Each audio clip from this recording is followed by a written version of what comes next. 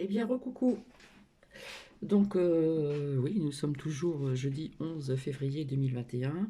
Voilà, j'espère que vous allez bien depuis tout à l'heure. Donc, eh bien, écoute, Marie-Jeanne, de rien. Voilà, si ça peut t'apporter, si ça t'a apporté quelque chose ou si ça a résonné en toi, parce que je te tutoie, vu que tu m'as tutoyé, y a pas de souci. Eh bien, je t'invite à mettre des commentaires. Voilà. Donc, je suis désolée pour les autres abonnés si j'ai lu le chapitre. L'art du calme intérieur, un livre de sagesse qui nous ramène donc à l'essentiel. Voilà donc la mort et l'éternel. Ah, ensuite, il y a la souffrance et sa disparition. Donc, je me pose des questions aussi si je dois vous le partager. Donc, c'est vrai que quelque part, ce mot quelque part effraie. Voilà, parce que l'être humain a peur de l'inconnu. Donc, on se demande toujours qu'est-ce qui se passe après, etc., etc. Donc, c'est vrai que ça fait peur parce que il y a des personnes qui ont peur, voilà, de passer de l'autre côté du miroir ou du voile, parce que ça effraie quelque part, hein. C'est l'inconnu, c'est l'inconnu pour tout le monde. Et comment dire, donc ça peut effrayer aussi, dans le sens où déjà personnellement avoir peur de ça. Et puis pour d'autres personnes, ça va être aussi la peur entre guillemets, j'aime pas ce mot-là. Euh, on va être effrayé parce qu'on va se demander que vont devenir telle ou telle personne, sa famille, son proche, son mari, sa femme, son compagnon, sa compagne, son enfant, euh, voilà, ses enfants, ses petits-enfants. Voilà, tout ça peut effrayer aussi, hein. Donc, quelque part, on a une certaine frayeur, on peut avoir une certaine frayeur, une certaine aussi tristesse quand on y pense. Mais personnellement, je vous ai dit ce que j'en pensais, d'après aussi ces expériences aussi que je vous ai dit, et je ne vous ai pas tout dit, hein. Donc voilà. Je remercie aussi donc Annie, Dame, etc. Donc merci du gentil commentaire. Donc c'est vrai qu'on parle très peu de ces personnes qui sont sans abri et qui souffrent du froid tous les ans. Il faut savoir qu'il y a des personnes qui sont à l'extérieur au grand froid et qui malheureusement partent à cause du froid. D'accord? Parce qu'on n'a pas des abris pour tout le monde. Donc vous voyez un petit peu ce que ça donne en région parisienne aussi là-bas. Voilà, donc on s'abrite, ils s'abritent comme ils peuvent, avec des cartons. Il y en a qui se mettent des journaux aussi à l'intérieur des vêtements pour se tenir chaud, etc. etc. Donc oui, c'est vrai qu'on parle très peu de ces personnes malheureusement. Donc désolé si je vous ai parlé pour les autres abonnés, hein, de ce chapitre-là, mais il faut savoir que ça fait partie de la vie, d'accord? On est pour partir un jour sur cette terre, ici-bas, comme je dis, puisque l'univers est en haut. Donc voilà.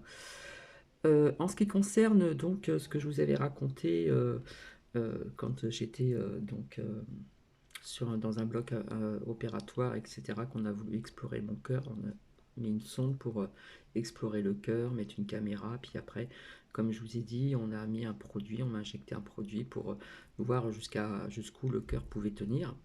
Parce que j'avais des extrasystoles. Donc des extrasystoles, pour les personnes qui ne savent pas ce que c'est, en plus j'avais des extrasystoles bénignes, parce que vous avez des extrasystoles malignes. Donc j'ai découvert ça quand j'étais en région parisienne, et je vais vous dire pourquoi. Eh bien, c'est un coup qui bat en plus de la normale, un coup sur deux. Et puis, si vous êtes très très stressé, ça peut être tac tac tac tac tac, comme ça. C'est pas de la tachycardie, pas du tout. Ça s'appelle des extrasystoles et on peut les brûler aussi. Donc, j'ai eu plein d'examens à Paris, entre autres aussi à l'hôpital du Bichat. Donc, je vous raconte ça. Je vous raconte ceci, c'était il y a quelques années en arrière, puisque j'avais à peine 40 ans. Voilà. Et voilà.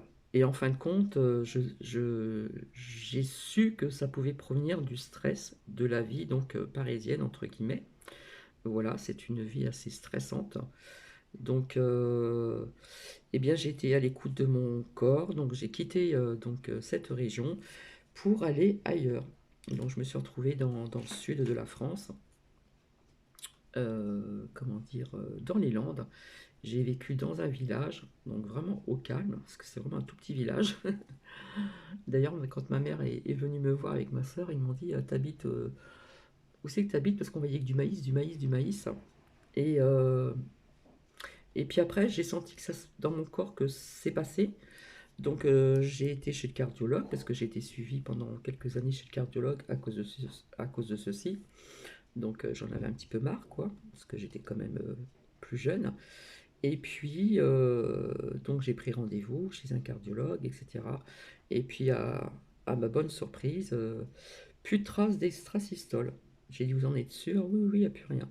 Donc ça provenait bien du stress, de la vie que l'on mène. Ça peut être aussi les soucis, mais ça peut être aussi une vie très stressante, hein, comme dans toutes les grandes villes, hein. Je parle de la région parisienne ou Paris, mais ça peut être aussi dans d'autres grandes villes, hein. Voilà, c'était une vie très stressante. Donc, comme quoi que le stress peut amener beaucoup de maux. Voilà. Donc, j'ai su être à l'écoute de mon corps et j'ai décidé de quitter cette région. Voilà. Donc, j'ai bien fait, puisqu'après, je n'avais plus de traces d'estracistol et donc on m'a dit que c'était plus la peine que je revienne voir un cardiologue, etc., etc. Voilà. Puisqu'entre-temps, on m'avait donné des traitements métabloquants et en fin de compte, ces métabloquants, à force d'en prendre, ils m'ont donné trop fort et en fin de compte, j'ai eu des pulsations très très basses où je me suis aussi retrouvé en urgence. Enfin, c'était tout à foin foin. C'est pour ça que c'est très important d'être à l'écoute de son corps. D'accord? Surtout pour les femmes au niveau de la poitrine. Soyez à l'écoute. Si vous sentez une grosse fatigue, il y a des choses comme ça qui peuvent. Je ne parle pas de la fatigue actuelle parce que en ce moment les énergies peuvent nous fatiguer, etc. Mais c'est vrai que pour une femme, il faut être vraiment à l'écoute de son corps, comme je l'ai dit à plusieurs reprises et dans un partage de vidéos. Donc voilà.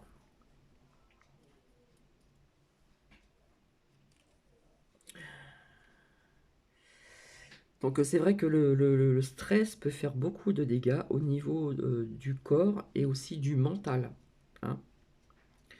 Il y en a que ça vient, comment dire, il y en a que ça peut causer des dégâts au niveau du mental et ça peut causer des dégâts aussi au niveau du corps. C'est ce qu'on appelle les mots les mots MAUX, d'être à l'écoute de son corps. Tous les mots ont une signification, d'accord? Donc reparle un petit peu vite fait assez rapidement lors de, de- de tout à l'heure de mes lectures et des échanges vis-à-vis de mon père. Je me rappelle de son vivant parce que je lui disais un petit peu les recherches que je faisais, les lectures, etc. Et puis, comme il était tout le temps dans le positif et toujours avec de l'humour, en rigolant, il me disait ben, un soir, je viendrai te chatouiller les pieds. Et en fin de compte, pour moi, c'est un matin que j'ai senti sa présence et cette odeur de cuisine du dimanche matin qu'il faisait. Voilà, et puis ça reposait un petit peu ma mère. Voilà, donc j'ai bien senti sa présence, j'ai bien senti cette odeur qui ne pouvait pas provenir d'ailleurs, puisque voilà, c'était au petit matin, etc.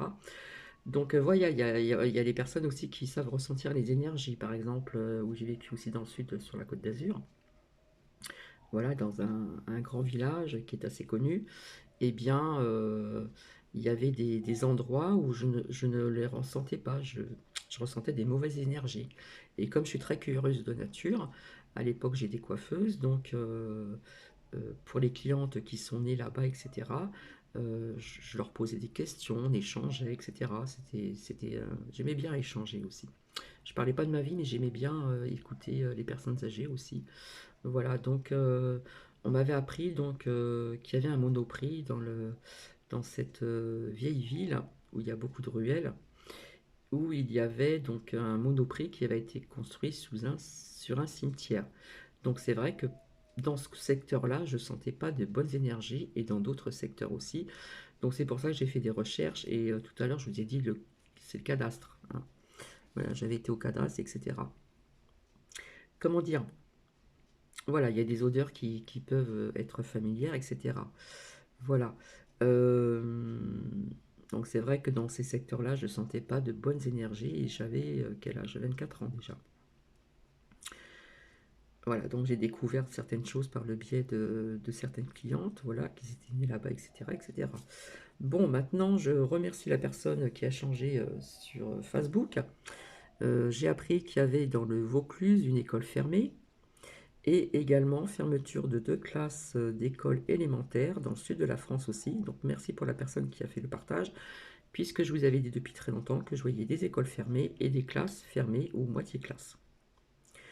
Alors assez rapidement, alors pour les personnes à qui s'intéressent au niveau des pierres, vous avez aussi la pierre de protection qui a d'autres bienfaits aussi.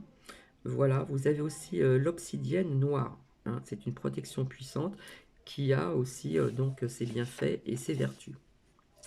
Et comment dire? Et je crois que j'en avais trouvé une autre pour vous partager, mais je ne l'ai pas noté, mais je vous le dirai ultérieurement. Hop, je note tout parce que j'ai une petite mémoire. Donc, maintenant, j'ai sorti les cartes de moi-même, de mon plein gré. Je vous ai sorti l'amour, pour bien comprendre. Je vous ai sorti donc l'ancrage. Je vous ai sorti donc l'élévation. Vous allez comprendre pourquoi. De nouveau, la patience. Les changements. Désolé. La manipulation, les mensonges et les vérités des mises en lumière. D'accord? Et l'amour. Alors, il faut savoir que l'univers œuvre aussi, donc ça il faut bien le savoir, l'univers œuvre. Alors il y a des vérités qui commencent à arriver, je pense que vous deviez vous rendre compte, pardon. Vous voyez qu'il y a certaines choses qui ressortent en ce moment, beaucoup sur le sexe, les viols, les machins, l'inceste, etc., etc. Enfin, vous voyez tout ce que hein, voilà ce que j'appelle aussi, comme je l'avais dit ultérieurement. Donc, vous allez voir qu'il y aura davantage de révélations qui vont être certainement imminentes, d'accord? Donc, il faut quand même apprendre aussi à cultiver donc l'amour inconditionnel. Voilà, c'est très important. Euh, Parce que l'amour inconditionnel est plus fort que la 3D, la troisième dimension. Alors, il faut savoir aussi que nous sommes dans un univers aussi qui est magnétique. Voilà. Donc ça, faut bien le savoir aussi. Il faut aussi savoir donc cultiver la joie et le bonheur. Je n'ai pas sorti la carte. Il faut vraiment la cultiver, cette joie et ce bonheur, parce que le bonheur peut être très très simple. Ça peut être très court. Ça peut être, on peut être, euh, c'est un petit sourire d'un enfant. Ça peut être autre chose. Ça peut être une rencontre qui va vous apporter quelque chose de bon. Euh, voilà, donc la joie et le bonheur, il faut vraiment la cultiver, la travailler, surtout la cultiver. Et puis, il faut savoir rester aussi flexible, d'accord? Et donc aussi, on demande encore pas mal d'ancrage, d'accord? Donc, il faut apprendre à savoir aussi à recevoir de l'univers, d'accord? Parce qu'on peut faire des demandes et on peut avoir ses réceptions aussi, d'accord? Donc, je l'ai dit à plusieurs reprises qu'il fallait se préparer pour ces révélations, voilà, parce qu'il y a des choses qui sont en surface, qui sont maintenues, mais ça va craquer et tout sortira. Hein, vous voyez qu'il commence à avoir des choses qui commencent à sortir. Et donc, au niveau de l'élévation, je trouve qu'il y a de plus en plus de personnes éveillées, réveillées, davantage qu'avant. Voilà. Peut-être par ces partages, etc., etc. Donc voilà ce que je voulais vous dire. Donc c'est vrai qu'il faut savoir que l'univers, pardon, œuvre tout le temps. Il faut savoir s'adresser à l'univers, voilà. Et, euh, et un jour ou l'autre, il faut apprendre aussi à percevoir et recevoir certaines choses ou certains messages aussi qu'on peut vous envoyer sur votre chemin de vie. Voilà. Donc on demande encore de la patience. C'est pour ça que j'ai ressorti la carte de la patience qui était sortie assez souvent. On demande encore un peu de patience pour ces mises en lumière, ces vérités. De toute façon, euh, comme je vous l'ai dit, euh, comment dire, euh, il y a des personnes encore qui ont besoin de se préparer pour certaines révélations. Voilà.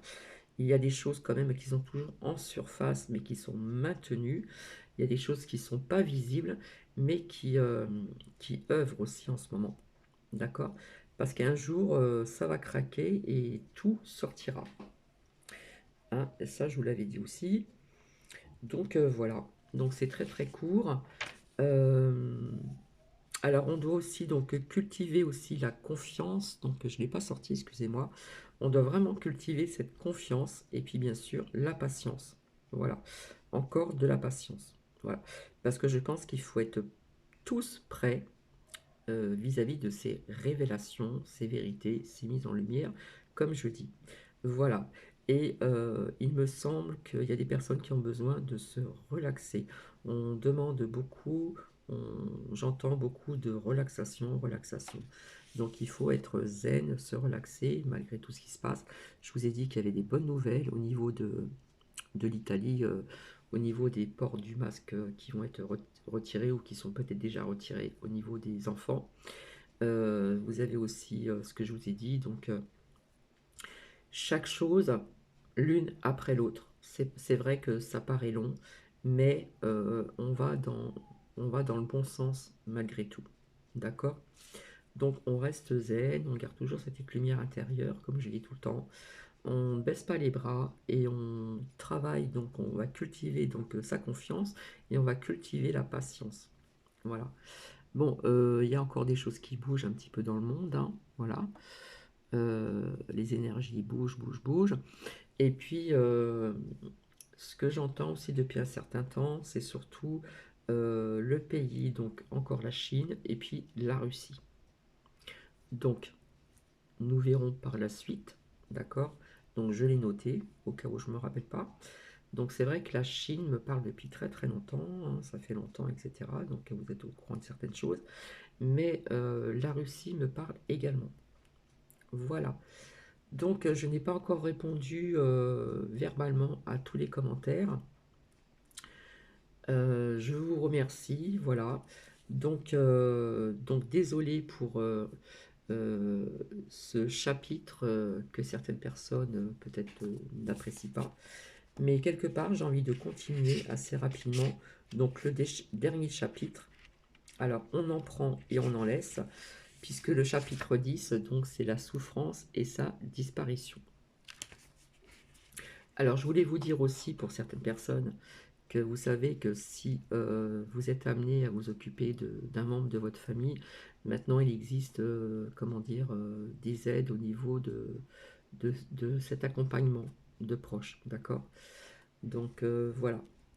Donc je voulais vous dire aussi que maintenant il y a la facilité de mettre ses parents dans une maison de retraite et qu'il faut savoir quand même que des années en arrière, même dans les campagnes, etc., même dans les villes, on s'occupait des parents jusqu'au bout, d'accord? À l'étranger, mais aussi en France. Donc, comme je vous expliquais, mon arrière-grand-mère maternelle que je n'ai pas connue, je sais que ses filles se sont occupées d'elle jusqu'au bout. Voilà. Donc, avant, c'était plus ou moins comme ça, surtout dans les campagnes, etc. Ça existait aussi dans d'autres pays, ça se fait toujours. Et malheureusement, la vie a évolué et maintenant, on a cette facilité de la vie. Hein, on nous a amené, la société nous a amené à cette facilité sur beaucoup de points. Donc voilà. Donc ça se perd tout ça. Donc c'est dommage. Donc je vais continuer la souffrance et sa disparition. Donc le chapitre 10, toujours en ce qui concerne donc l'art du calme intérieur, un livre de sagesse qui nous ramène à l'essentiel. Et avant de commencer, j'ai vu deux partages de vidéos magnifiques où on voit des oiseaux qui grignotent et puis des chiens qui courent dans la neige. C'est magique. Alors, tout est en inter tout est en interrelation. Les bouddhistes l'ont toujours su et les physiciens le confirment à présent. Aucun événement n'est isolé, sinon en apparence. Plus nous le jugeons et l'étiquetons, plus nous l'isolons. Nous l'isolons, pardon. La globalité de la vie devient fragmentée par notre pensée. Mais c'est la totalité de la vie qui a suscité cet événement, partie intégrante de la trame d'interrelation qu'est le cosmos. En d'autres termes, tout ce qui est, tout ce qui est ne pourrait être autrement. Dans la plupart des cas, nous n'avons pas la moindre idée du rôle qu'un événement apparemment insignifiant peut jouer au sein de la totalité du cosmos. Mais la reconnaissance de son inévitabilité dans l'immensité de l'ensemble peut vous amener à accepter intérieurement ce qui est et ainsi vous réaligner sur l'entièreté donc de la vie. La vraie liberté et la disparition de la souffrance consiste à vivre comme si vous aviez choisi tout ce que vous ressentez ou vivez en ce moment. Cet alignement intérieur sur le présent, c'est la disparition de la présence, de la souffrance, pardon. La souffrance est-elle nécessaire? Oui et non. Si vous n'aviez pas souffert comme vous l'avez fait, vous n'auriez ni profondeur humaine, ni humilité, ni compassion. Vous ne seriez pas en train de lire ceci. Voilà, c'est pour moi. Maintenant, la souffrance casse la coquille de l'ego. Et vient un moment où celui qui a rempli son but, la souffrance est nécessaire jusqu'à ce que vous preniez conscience de son utilité. Alors vous le voyez, il ne date pas d'aujourd'hui ce livre parce qu'il est jauni. Hein, il y a même une tache de vernis. Donc ça fait des années que je l'ai. Le malheur, malheureusement, a besoin d'un moi construit par le mental avec une histoire, une identité conceptuelle. Il a besoin de temps, le passé, le futur. Lorsque vous retirez donc le temps de votre malheur, que reste-t-il? Cet instant tel qu'il est. Ce peut être un sentiment de lourdeur, d'agitation, de contraction, de colère ou même de nausée. Ce n'est ni le malheur, ni un problème personnel. La douleur humaine n'a rien de personnel. Ce n'est qu'une pression ou une énergie intense ressentie quelque part dans votre corps. Lorsque vous y portez attention, ce sentiment ne devient pas une pensée qui active le moi malheureux. Voyez ce qui se produit lorsque vous, contentez de laisser monter un sentiment. Beaucoup de souffrances et de malheurs surviennent lorsque vous tenez pour vrai chaque pensée qui vous vient en tête. Ce ne sont pas les situations qui vous rendent malheureux, elles peuvent vous causer de la douleur physique, mais sans plus. Ce sont vos pensées qui vous rendent malheureux, dont vos interprétations, les histoires que vous racontez. Les pensées que j'ai à présent me rendent malheureux. Ces seules prises de conscience rompent votre identification inconsciente à ces pensées. Quelle journée de malheur! Il n'y a même pas eu la politesse de retourner mon appel. Elle m'a laissé tomber. Ce sont là des petites histoires que nous nous racontons et à nous et envers autrui, souvent sous forme de plaintes. Elles sont inconsciemment destinées à augmenter notre sentiment de soi, toujours déficient, en nous donnant raison et en donnant tort à quelqu'un. Avoir raison nous place dans une position de supériorité imaginaire et ainsi renforce notre faux sentiment de soi, donc l'ego. Cela crée aussi une sorte d'ennemi. Oui, l'ego a besoin d'ennemis pour définir ses frontières et même la météo pour jouer ce rôle. L'habitude du jugement mental et de la contraction émotionnelle vous met en relation personnalisée, réactionnelle avec les gens et les événements de votre vie. Ce sont là des formes de souffrance que vous créez, mais qui ne sont pas reconnues comme telles, car l'ego s'en satisfait, se développant par la créativité et le conflit. Comme la vie serait simple sans ces histoires, il pleut, il n'a pas appelé, j'étais là, elle non. Lorsque vous souffrez, quand vous êtes donc malheureux ou malheureuse, restez complètement avec ce qui est au présent. Le malheur ou les problèmes ne peuvent survivre dans le présent.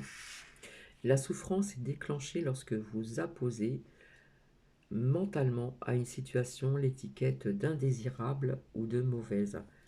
Vous avez du ressentiment face à une situation et ce ressentiment la personnalise, excusez-moi, et amène un moi réactif. On a l'habitude de nommer et de cataloguer, mais on peut rompre avec cette manie. Commencez une pratique de non-étiquetage par deux petites choses. Si vous ratez l'avion, cassez une tasse ou glissez dans la boue. Pouvez-vous donc retenir d'appliquer à cette expérience l'étiquette de mauvaise ou de pénible? Pouvez-vous immédiatement d'accepter l'instant tel qu'il est? Le fait de donner à une chose l'étiquette de mauvaise provoque en vous une contraction émotionnelle. Lorsque vous la laissez être sans la qualifier, un pouvoir énorme est soudain mis à votre disposition. La contraction vous sépare de ce pouvoir du pouvoir de la vie même. Ils ont mangé du fruit de l'arbre de la connaissance du bien et du mal. Dépassez le bien et le mal en vous empêchant de donner à quoi que ce soit l'étiquette mentale de bon ou de mauvais. Lorsque vous dépassez l'habitude d'étiqueter, la force de l'univers passe par vous. Lorsque vous êtes en relation non réactive avec des expériences, ce que vous auriez appelé mauvais reçoit un redressement rapide, sinon immédiat, par la force de la vie même. Observez ce qui a eu lieu lorsque vous n'utilisez pas l'étiquette de mauvaise et que vous choisissez plutôt une acceptation intérieure, un oui intérieur et laissez cette chose être telle qu'elle est. Quelle que soit votre situation dans la vie, comment vous sentiriez-vous si vous l'acceptiez telle qu'elle dès, telle qu'elle dès maintenant? Bien des formes de souffrance subtiles et moins subtiles sont si normales qu'on ne les reconnaît pas habituellement comme étant de la souffrance. Elles peuvent même donner l'impression d'être satisfaisantes pour l'ego. L'irritation, l'impatience, la colère, un ennui avec quelque chose ou quelqu'un, le ressentiment, le fait de se plaindre. Vous pouvez apprendre à reconnaître toutes ces formes de souffrance à mesure qu'elles se présentent et savoir en ce moment, je suis en train de me faire souffrir.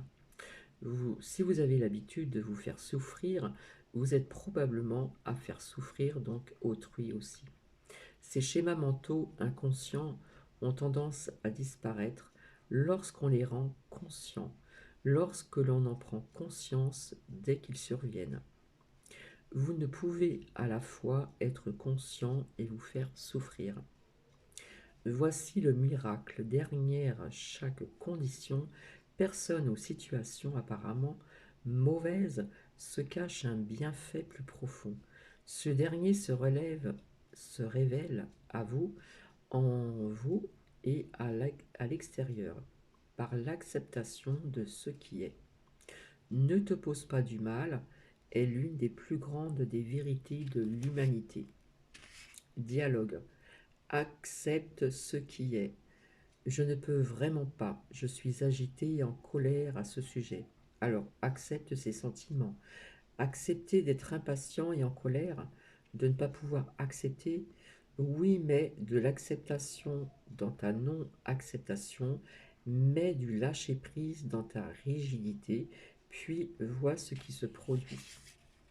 La douleur physique chronique est l'un des maîtres les plus sévères que vous puissiez avoir. Son enseignement se résume à ceci: inutile de résister. Rien n'est plus normal que de s'opposer à la souffrance. Et si vous pouvez laisser tomber cette opposition et plutôt permettre à la douleur d'exister, vous remarquerez peut-être une subtile séparation intérieure par rapport à la douleur, un espace entre vous et elle, pour ainsi dire. Cela signifie une souffrance consciente, volontaire. Lorsque vous souffrez consciemment, la douleur physique peut rapidement consumer l'ego en vous, puisque ce dernier est surtout fait de résistance. Il en va de même pour l'incapacité physique extrême. Lorsque vous offrez votre souffrance à Dieu, au divin, à qui vous voulez, c'est une autre façon d'exprimer donc la même chose. Il n'est pas nécessaire d'être chrétien pour comprendre la vérité universelle profonde que renferme sous forme symbolique l'image de la croix. La croix est un instrument de torture. Elle représente la souffrance, la contrainte et l'impuissance extrême pour un humain. Soudain, cet humain lâche prise, souffre volontairement, consciemment, comme l'expriment ses paroles. Que ta volonté soit faite, et non la mienne. À cet instant, la croix, instrument de torture, montre sa face cachée. C'est aussi un symbole sacré, celui du divin. Ce qui paraît nier à la vie toute dimension transcendantale, devient, par le lâcher-prise, une entrée donc dans cette dimension. Et bien voilà, c'est terminé. Donc à propos de l'auteur, Eckhart Tolle est né en Allemagne où il a passé donc les 13 premières années de sa vie après des études universitaires à Londres. Il s'oriente vers la recherche et dans ce cadre dirige même un groupe de l'université à Cambridge à l'âge de 29 ans. Il a connu une profonde évolution spirituelle qui l'a transfiguré et a changé radicalement le cours de son existence.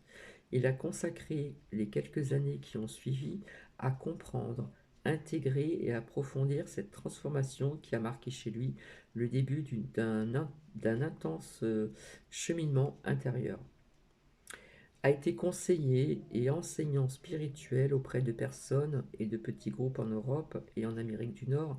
Aujourd'hui, il voyage dans le monde entier afin de permettre de plus grand public d'accéder à ses enseignements. Donc, depuis 1996, il vit à Vancouver, Colombie-Britannique. Donc voilà. Donc c'est terminé, voilà. Donc c'est vrai qu'il n'est pas d'aujourd'hui ce livre. Donc voilà, c'est terminé, la lecture est terminée, 32 minutes. Pardon. Donc je vous avais dit que je reviendrai vers vous pour d'autres partages, etc. Donc je pense revenir, vous savez, moi c'est l'imprévu, je peux très bien revenir ce soir tard, je peux très bien revenir demain. Voilà, voilà. En tout cas, j'espère que vous allez bien, que tout va bien. En attendant, on reste dans l'amour, on reste bien ancré, on s'éveille davantage, on cultive donc la confiance et la patience pour ces changements. Voilà, je vous embrasse et je vous dis à très bientôt. Donc s'il y a des choses qui vous ont parlé, qui ont résonné, n'hésitez pas à mettre des commentaires. C'est vrai que ce sujet, en ce qui concerne cette, comment dire, cette vidéo que je vous ai partagée avant, c'est vrai que c'est un sujet qui est très difficile à aborder pour certaines personnes. Voilà, parce l'être humain a peur de l'inconnu. Et quelque part, je n'ai jamais eu peur de l'inconnu puisque j'ai été amenée à partir. Voilà. Bon, plus ou moins, je savais où c'est que j'allais, hein, dans des secteurs de la France. J'ai quand même pas mal bougé. Donc j'ai été une grande voyageuse. Maintenant, je me suis posée, voilà, puisque je ne supporte plus la chaleur. Voilà, donc je ne supporte plus la chaleur dans le sud de la France ou ailleurs. Donc, je pense que j'avais cette confiance en moi et l'univers a œuvré. Hein, je vous ai expliqué qu'une fois j'étais partie avec 3 sacs, j'avais mis de côté des meubles où je les avais vendus, je les avais donnés, etc. J'étais partie avec 3 ou 4 sacs, hein, le principal. Et puis en quelques temps, tout s'est remis en route. Je suis partie de zéro et, on m'a mis sur mon chemin ce qu'il fallait, tout simplement. Et voilà, donc l'inconnu, non, ne me fait pas peur. Voilà. Donc, comme je vous expliquais, c'est vrai que l'inconnu fait peur. Si on vous apprend une telle maladie, quelque part, des mots que je ne vais pas employer, ça fait peur, ça effraie. On se pose des questions voilà. Mais il faut, comment dire? Voilà, c'est pour vous dire que l'être humain a peur de l'inconnu, tout simplement. Il y en a qui n'auraient pas le courage de partir, de tout plaquer et de partir ailleurs et tout recommencer à zéro. C'est pas fait pour tout le monde, voilà, il faut avoir le cran de le faire, je dis. Et, euh, et puis voilà, à partir du moment où vous avez cette confiance en vous, vous avez confiance en vous, que vous savez où c'est que, comment dire, que vous sentez bien ce départ, que voilà, c'est surtout cette confiance. Voilà, c'est très important. La confiance est très important. Avoir confiance en soi, en ses capacités, en beaucoup de choses. D'accord? Donc voilà, je vous embrasse et je vous dis à très bientôt. Passez une agréable soirée. Et puis à très vite. Prenez bien soin de vous, prenez bien soin de vos proches. Et à très bientôt. Bisous, bisous.